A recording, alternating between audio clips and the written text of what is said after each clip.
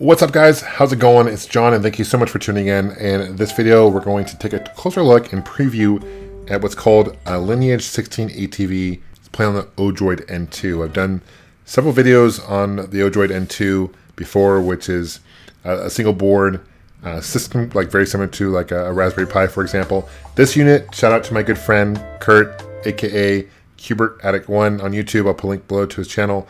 And this is his unit, and I wanted to kind of share with you what he's done with his unit here. And the first game I'm going to show you is playing on the Jaguar, or as some of our friends across the pond would say, Jaguar.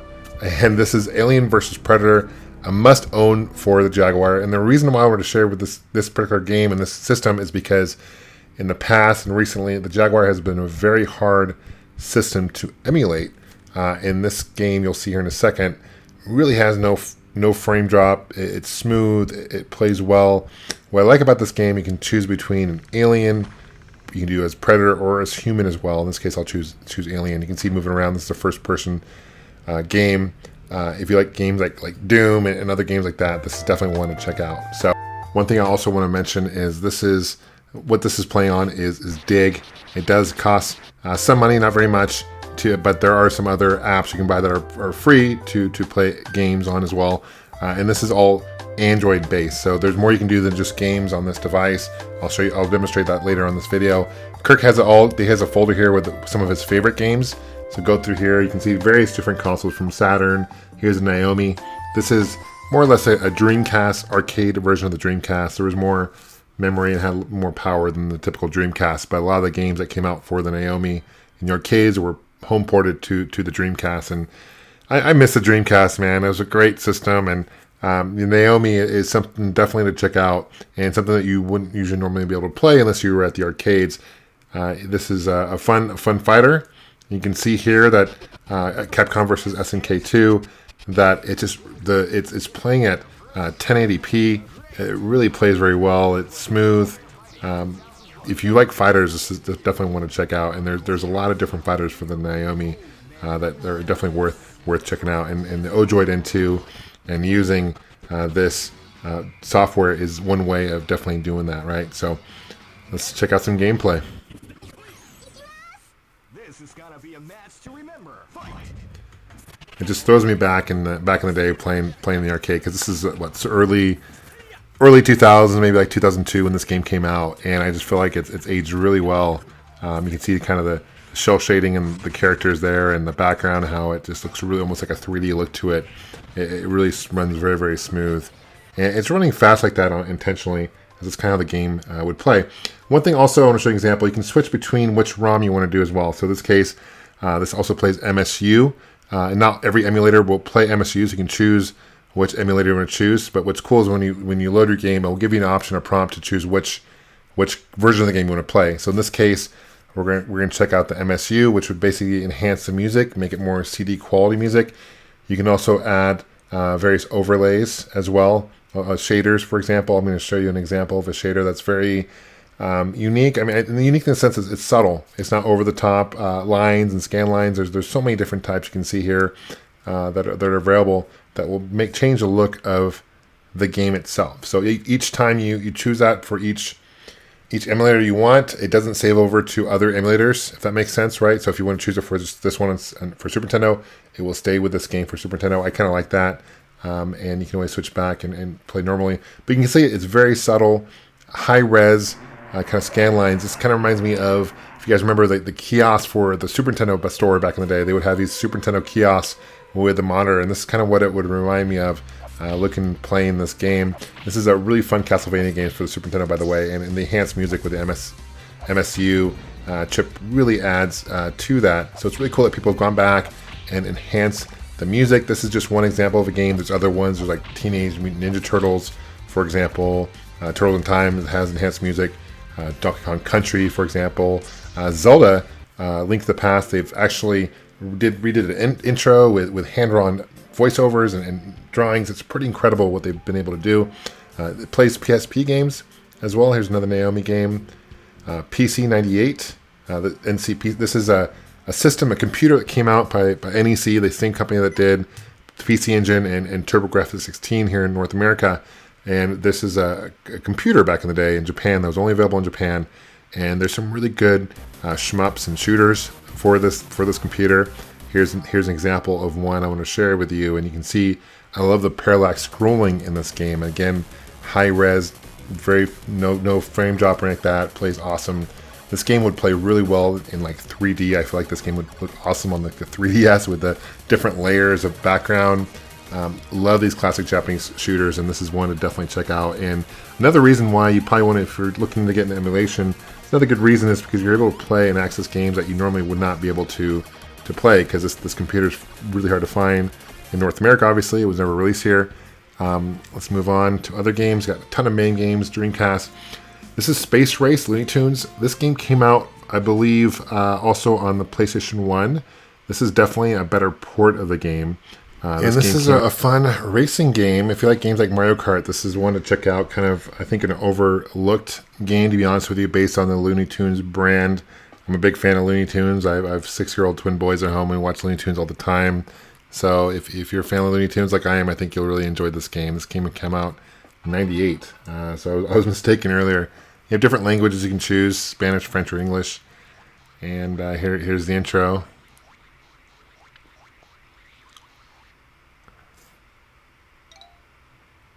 I guess 2000. Now it says 2000. Okay, so you can choose your VMU, which is awesome, like you would normally, like just have a VMU in your controller. This will play using Xbox controller as well as PlayStation type controllers. Any controller basically with a USB, you'll be able to play using the Odroid N2 because it has a USB port. So only a few characters to choose from initially. We'll choose Wile E. Coyote. I always feel bad for him. He's always the one that doesn't get the Roadrunner at the end of the day, but I really enjoy the themes of each race course that you choose, and what's really cool and unique about this particular race course or this game is the environment around you can affect you getting hit or your race, which is unique. So you'll see, like in this case, in this course I'm showing you, you'll see vehicles flying, hovering above the sky, and they can drop things on you, and they can hit you and obstruct your path and driving. So really cool. I love the cel shading graphics with the characters themselves. Really smooth. This game, considering it's 20 years old, I think it's aged incredibly well. This game could come out, on modern consoles today, and just definitely with the 1080p here, the high definition, it just looks so good. There's an apple that just fell on me. A perfect example. But yeah, if you're a fan of Looney Tunes, you're a fan of racing games, this is definitely one to check out for the Dreamcast, and it's a lot of fun and plays great on this emulator. Absolutely. We'll go and exit, and in order to exit back to the menu, I have a Bluetooth kind of mini keyboard. I just hit exit on that, and that gives me back to here. Here's a PSP example. This is Outrun 2006, Coast to Coast.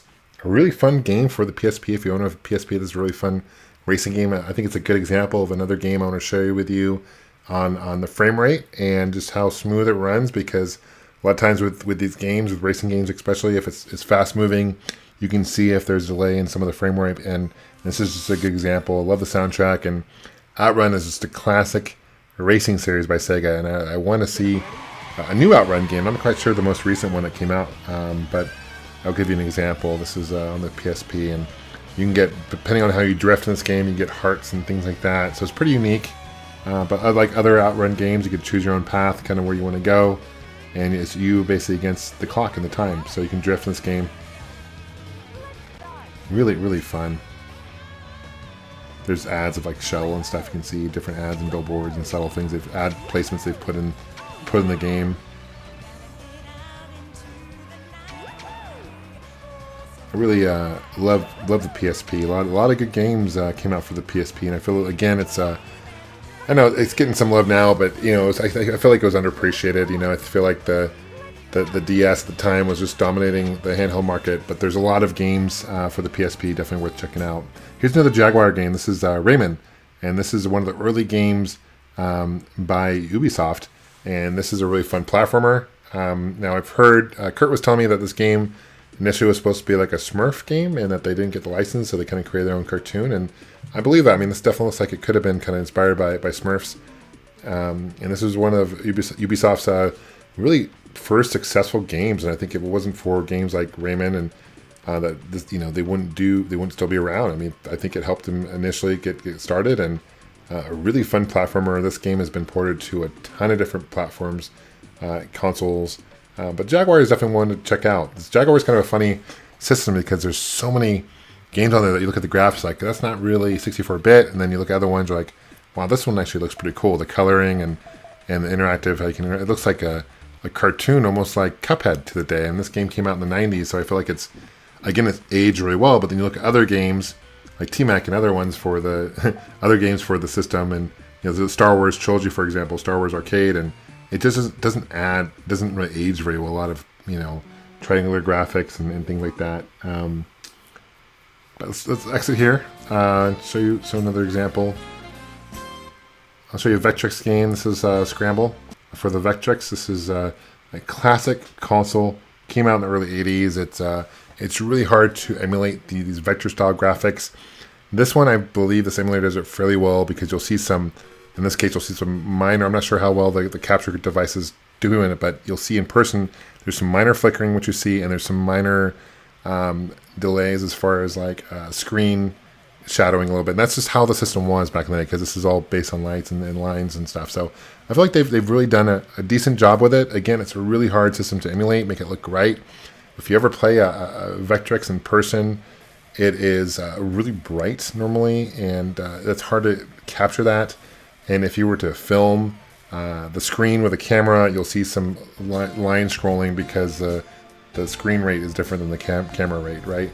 There's ColecoVision, which is my favorite console, right? There's other ton of games on here. This is probably one of the most unique games I want to share with you. This is one that a fan had done, and again, you can see the different ROM versions. And you'll see this guy went through and completely changed the sprites. This is all high depth. It's pretty incredible with this guy. You can tell right away that you can see it's very polished. All the edging is smooth. Look at the line. I mean, look at the different the circles there on the ground were not there initially. I mean, it looks so polished and so well done. And this is playing on N64 emulator. It's pretty incredible. And through this emulator right here, it's scrolled to 1080p, 60 frames per second. It's pretty incredible the way it looks like. And I mean, look, it looks like Yoshi's Island there on the picture there on the wall. So beautiful to look at, and this is one of the best Mario games in my opinion out there. And to see them upgrade, look at those bombs. It just, maybe one of these days I'll stream this. I mean, I think it's like almost like playing a new game again with what they've done here. And it's just incredible to think that this guy just took the time to repolish everything. And again, it looks like there's some cel shading here going on with some dark lines around the enemies. How cool is that, right? So that's another cool thing I think about emulation is people are starting to do some really cool stuff, upgrade the games. Unfortunately, disc rot is a real thing. Especially with CDs, those are going to rot, unfortunately, and so I think preserving games is gonna be really important, and this is definitely one way to do it. Now, don't get me wrong, I prefer buying a physical copy of the game, and still do, but I think as far as playing games, this is like a safe way to do it with preserving some of the classic games out there. Wave Race is another classic one of my favorites. Well, let's say here, go back here and take you back, show you the different formats. This is like one thing I like. 3DO, there's a ton of 3DO games available. That's another emulator. Games system are hard to emulate, but it does more than just gaming, as I mentioned before. You can go to Disney Plus. This basically turns into your Amazon Fire Stick or your Roku as well. So you can log into all your streaming services, whether it's Disney Plus or whether you have Hulu or Netflix. You can do that. YouTube, of course. So that's cool. This is kind of your all-in-one entertainment system, so to speak, which is cool. Another really cool thing I want to share with you is this right here is really cool. This is a GeForce Now. You can log in and basically log into your Steam account mobilely, and you can play anywhere on your Steam account. It's all cloud-based service, right? So it does cost money to do this. There's a monthly fee to do this, but you can access your games and you can play anywhere. So we'll try Cuphead, and you can see different libraries. So basically, this is Kurt's profile. He's Kubrick Addict 1. He's logging into Cuphead, and here he is in his Steam account. So not only can you play classic games I showed you just a moment ago, but you can also play modern games through your... You basically turn this into NVIDIA Shield, right? You can turn this into a consoleized Steam box, which is awesome. And the unit itself, Odroid N2, will cost you like $60, which is awesome. So a lot more cost effective to do it this way. And if you guys are curious on more information about finding about this unit, I'll put Kurt's YouTube information below. I encourage you guys to certainly reach out to him if you guys want to find out more information. This game is one of the hardest games I think out there. It's fun. It took me, I think, close to 20 hours to beat because I kept dying. But here's a little shortcut. I didn't know this. See, this is Kurt playing this. I didn't know you could do this. This is kind of a cheat here, but hopefully there's other cheats because towards the end of the game, it gets crazy hard. But I think that's what makes this game so fun. It's like playing a cartoon, which is cool. Other things you can do, I'm going to show you other platforms instead of dig. As I mentioned before, there's other alternatives you can use to dig. So this. Oh, actually, before I do that, this is Horizon Chase. This is a game. Since I was mentioned before, this is Android based. You can play a lot of Android games on here as well. So this is a racing game that came out, and this is a fun racing game. So another racing game, kind of done in the same classic style of Outrun, etc. Right? So this is fun game. This is, I believe, the free version. There is a version you can buy as well. I'm not quite sure the difference between the two versions, to be honest with you. But if you're looking for a classic racing game, this is definitely one to check out, a new one. And I believe it's also on Steam and other platforms as well. I think even the Switch, possibly. But right here with the course selection and all that, this just reminds me of the classic racing game, so it's cool. Check out the cruiser. Here we go. I really like the music. And that's another thing too I want to mention is in between when you're picking different apps, so what you want to check out, especially when you're in the dig earlier, I love the music. It sounds like elevator music, and it's done in it's like gaming elevator music. It's so funny. Here I'll show you an example, but so funny. This is Reset Collection. This is free app you can get on here as well. And just a different example of other games and platforms. I'll play the emulators as well. There's a short lag when it loads the boxes, but I think that's kind of cool. It shows you the box, shows you a paragraph or two about the game itself when it was released. As you guys can see, guys, there are a ton of different options. We'll exit here.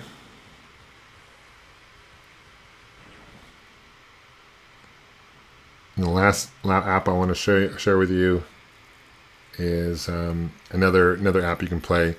Emulators for free.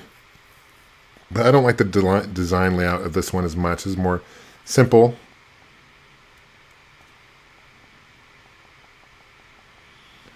You see you got the Google Play Store app there as well. That's where you would download the games.